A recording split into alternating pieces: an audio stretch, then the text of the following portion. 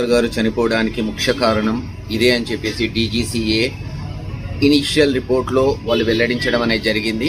Reason ఏంటి అంటే పైలట్కి అక్కడ ఉన్న పొగమంచు కారణంగా రన్వే అనేది కనిపించక క్రాష్ ల్యాండింగ్ అనేది జరిగింది.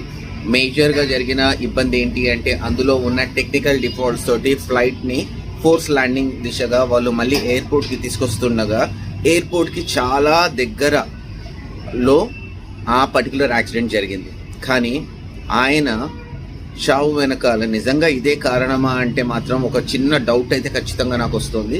రీజన్ ఏంటి అంటే పొలిటికల్గా ఆయన చాలా ఎస్టాబ్లిష్ అయ్యి 7 సార్లు ఆల్రెడీ పార్టీలో ఎమ్మెల్యేగా గెలిచి ప్రజెంట్ డిప్యూటీ సీఎంగా చేస్తున్న తను ఇంత నెగ్లిజెన్స్ తోటి ఏదైతే తనకి యాక్సిడెంట్ జరిగి తన ప్రాణాలు కోల్పోయారో దానికి బాధ్యత డీజీసీఏదా, గవర్నమెంట్ ఆఫ్ మహారాష్ట్రదా, ఎవరిది? ఒక్కసారి ఆలోచించాలి. ఇదే ఇష్యూ కనుక వేరే వాళ్ళకి జరిగితే ఏమవుతుంది? గతంలో కూడా ఇలాంటి ఇష్యూస్ జరిగినాయి మన రాజశేఖర్ రెడ్డి గారితోటి. అదే ఇప్పటి వరకు మిస్టరీ ఉంది. ఆయన నాకు తెలిసి దీన్ని కూడా అలానే క్లోజ్ చేస్తారేమో, చూద్దాం.